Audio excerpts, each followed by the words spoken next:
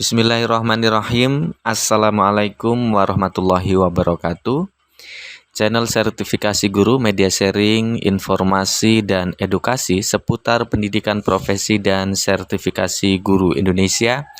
Menjumpai ibu dan bapak sekalian dalam informasi mengenai guru dengan pengabdian lama menjadi prioritas untuk mendapatkan sertifikasi di tahun 2023. Apa sebenarnya yang mendasari terkait dengan guru yang pengabdiannya sudah lama menjadi prioritas untuk mendapatkan sertifikasi di tahun 2023 mendatang? Kita akan lihat di Permendikbud ya, Ibu dan Bapak sekalian. Permendikbud nomor 54 tahun 2022 tentang tata cara memperoleh sertifikat pendidik bagi guru dalam jabatan. Permendikbud ini menjadi yang utama di dalam pelaksanaan PPG dalam jabatan bagi Bapak Ibu guru dalam jabatan untuk memperoleh sertifikat pendidik, karena berdasarkan amanah Undang-Undang Guru dan Dosen, Bapak Ibu guru akan mendapatkan sertifikasi atau tunjangan profesi.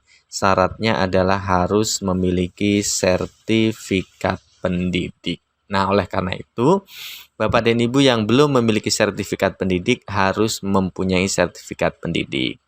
Salah satunya bagi Ibu Bapak guru dalam jabatan melalui program yang namanya PPG dalam jabatan, dan itu diatur di Permendikbud ini.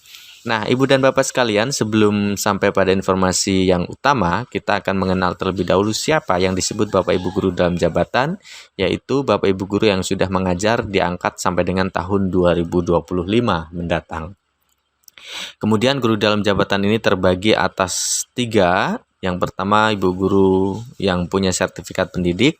Yang kedua, Bapak Ibu guru ex-PLPG. Dan yang ketiga adalah Bapak Ibu guru yang belum memiliki sertifikat pendidik, tetapi bukan termasuk guru penggerak dan bukan termasuk guru ex-PLPG. Itulah yang disebut dengan Bapak Ibu guru dalam jabatan.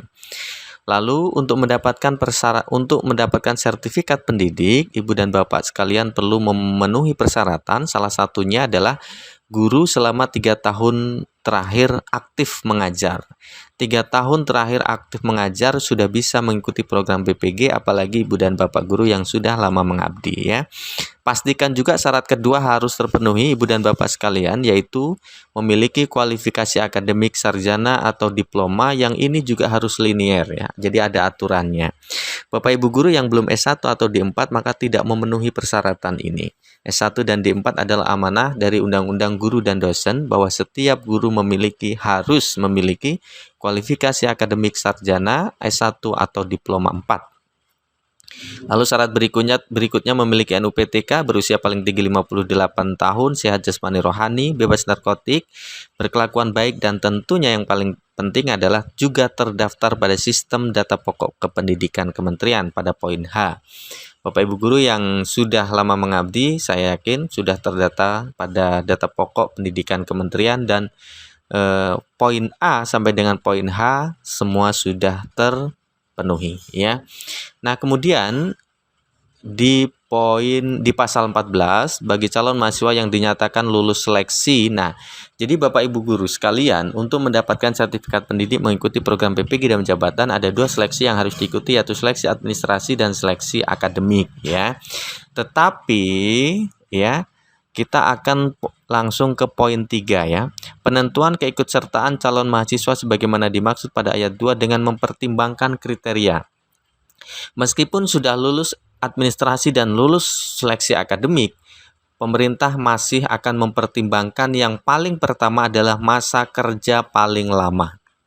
Inilah yang kita sebut bahwa Bapak Ibu guru dengan pengabdian yang lama, paling lama, menjadi prioritas untuk mengikuti program PPG dalam jabatan tahun 2023. Jadi masa kerja yang paling lama ini menjadi prioritas. Kemudian yang kedua barulah usia paling tinggi. Usia tinggi tetapi masa kerja belum lama menjadi prioritas kedua. Prioritas ketiga adalah satuan pendidikan yang berasal dari daerah khusus. Lalu prioritas keempat adalah perolehan nilai hasil seleksi paling tinggi.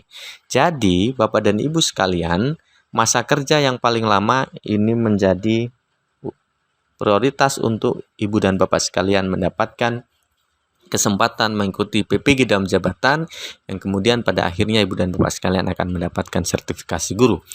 Lalu ada pertanyaan, kami sudah pengabdian lama tetapi belum ikut PPG, sedangkan ada guru yang diangkat di tahun 2016 ke sini sudah mengikuti program PPG.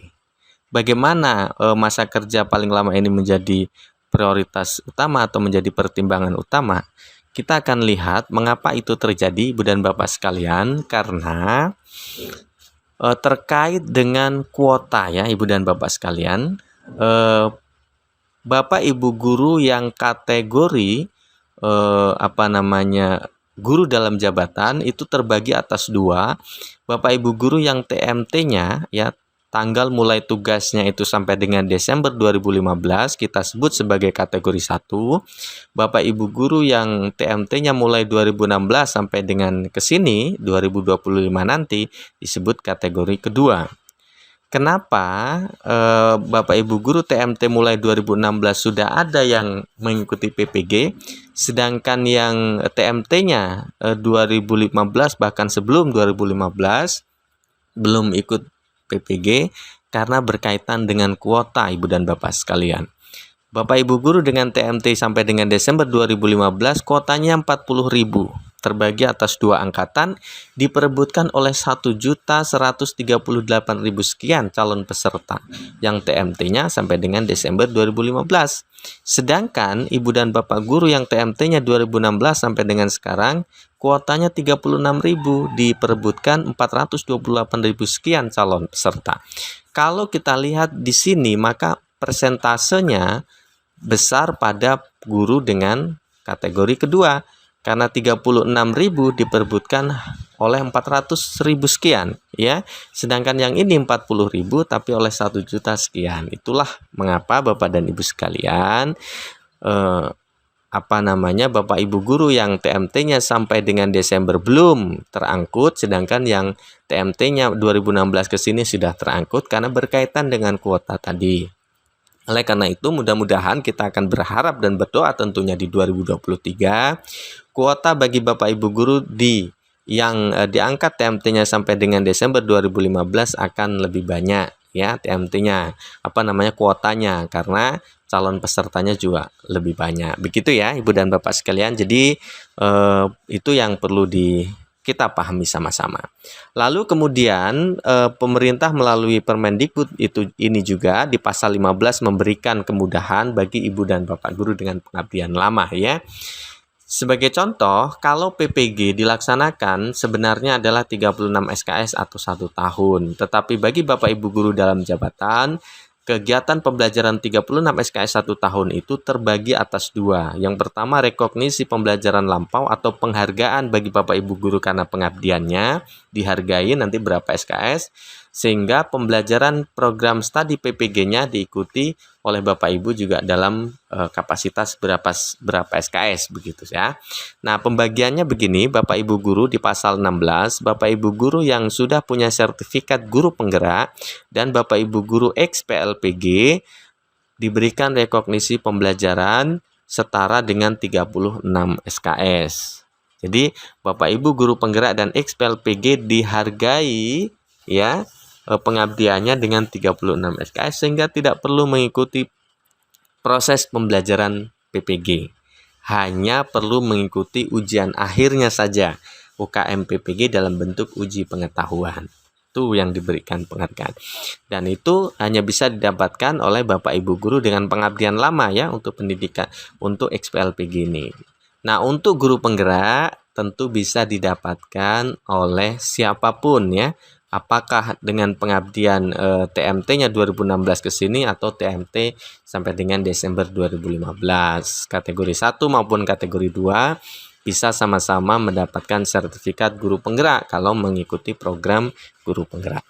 Kemudian bagi Bapak Ibu guru yang bukan guru penggerak, bukan juga ex-PLPG, tetap diberikan penghargaan. Bagi Bapak Ibu guru dalam jabatan yang diangkat sampai dengan akhir tahun 2015, ini kita sebut kategori 1 tadi, diberikan setara 24 SKS sehingga PPG-nya hanya diikuti sebanyak 12 SKS dan itu kurang lebih 3 bulan ya.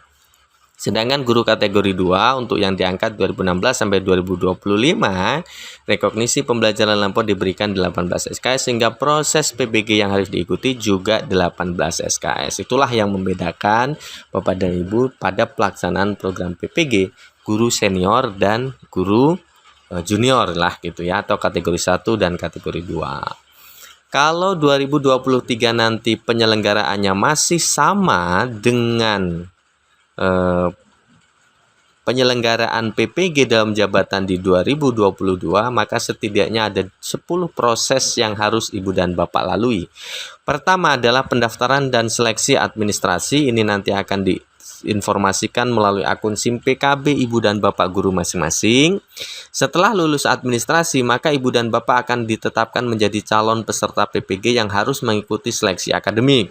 Setelah mengikuti seleksi akademik yang ini dilaksanakan berbasis komputer online, kemudian berbasis domisili melalui di rumah masing-masing begitu secara online, ada kamera nanti ya. Jadi satu menggunakan laptop, kemudian ada kamera yang digunakan untuk melihat Bapak Ibu guru sedang mengikuti seleksi akademik ya gitu. Kemudian setelah lulus seleksi akademik, Bapak Ibu dinyatakan nilainya memenuhi syarat, maka kemudian perlu melakukan konfirmasi kesediaan. Ini juga semua dilakukan di akun SIM PKB Ibu dan Bapak guru sekalian. Setelah konfirmasi kesediaan, baru Bapak Ibu guru ditetapkan sebagai calon mahasiswa.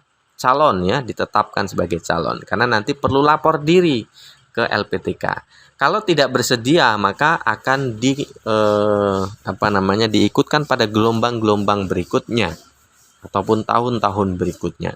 Atau kalau tidak melakukan konfirmasi juga demikian. Melakukan konfirmasi bersedia lanjut, melakukan konfirmasi tidak bersedia berarti ditunda, ya, atau tidak melakukan konfirmasi juga akan ditunda, ya gitu. Jadi seperti itu. Nah, kemudian setelah menyatakan kesiapannya, maka ditetapkan sebagai calon peserta PPG atau mahasiswa PPG. Setelah itu mengikuti proses lapor diri, ya, lapor diri kepada LPTK. Nanti pada saatnya ini prosesnya sebenarnya panjang ya. Pada saat konfirmasi, pada saat seleksi akademik apa yang harus dilakukan, kemudian pada saat nanti konfirmasi kesediaan, ya, pada saat lapor diri ini berkasnya yang harus disiapkan apa saja. Nanti kita akan informasikan tentunya. Ibu dan Bapak ikuti terus channel ini. Kapan pada waktunya nanti tentang pelaksanaan PPG itu dimulai di 2023 ya. Kalau untuk 2022 ini memang sudah berlangsung ya. Kita akan menyongsong di 2023, nanti kita akan informasikan terkait lapor diri dan sebagainya. Setelah lapor diri baru dinyatakan menjadi mahasiswa PPG ya. Nanti ada orientasi oleh kampus dan sebagainya, kemudian mengikuti pembelajaran ya. Pembelajaran 5 SKS ini analisis masalah, lalu kemudian pembelajaran tahap kedua desain pembelajaran, mendesain pembelajaran dari analisis masalah yang didapatkan. Dan ini juga prosesnya panjang Ibu dan Bapak sekalian. Ada banyak lembar kerja yang harus Ibu Bapak selesaikan di sini. Tenang saja, nanti kita akan bagikan informasinya pada saat proses itu berjalan. Kemudian di langkah ke-7 sudah, kemudian ada uji komprehensif. Bapak Ibu guru akan diuji terkait dengan desain pembelajaran yang dibuat. Nilainya minimal harus 70. Kalau sudah 70 baru kemudian bisa praktik pembelajaran atau PPL menggunakan perangkat pembelajaran yang sudah didesain pada langkah ke-7 ini. Kalau tidak lulus maka dia harus remedial uji komprehensifnya. Baru kemudian PPL. Setelah PPL, di PPL ini juga prosesnya cukup panjang, apalagi PPG dalam jabatan semua serba online. Ya, pembelajarannya harus divideokan, bagaimana teknik memvideokan, bagaimana membuat videonya dan sebagainya, nanti semua kita akan kupas tentunya pada waktunya ya. Kemudian baru setelah PPL, Bapak Ibu guru akan mengikuti proses yang berikutnya terakhir, yaitu UKM PPG atau uji kompetensi mahasiswa PPG. Terdiri dari 2 kegiatan, uji kinerja dan uji pengetahuan. Baru kemudian Bapak Ibu lulus dari proses menjadi guru profesional memiliki sertifikat pendidik. Setelah memiliki sertifikat pendidik, maka kemudian bisa diajukan untuk ibu dan bapak sekalian mendapatkan tunjangan profesi sebagaimana amanah undang-undang guru dan dosen. Itu saja informasi di kesempatan ini, mudah-mudahan bermanfaat. Ibu dan bapak yang memiliki pertanyaan seputar profesi guru dan sertifikasi guru, silahkan untuk mengisi di kolom komentar video ini. Terima kasih sekali lagi sudah berkunjung ke channel sertifikasi guru. Mudah-mudahan bermanfaat. Assalamualaikum warahmatullahi wabarakatuh.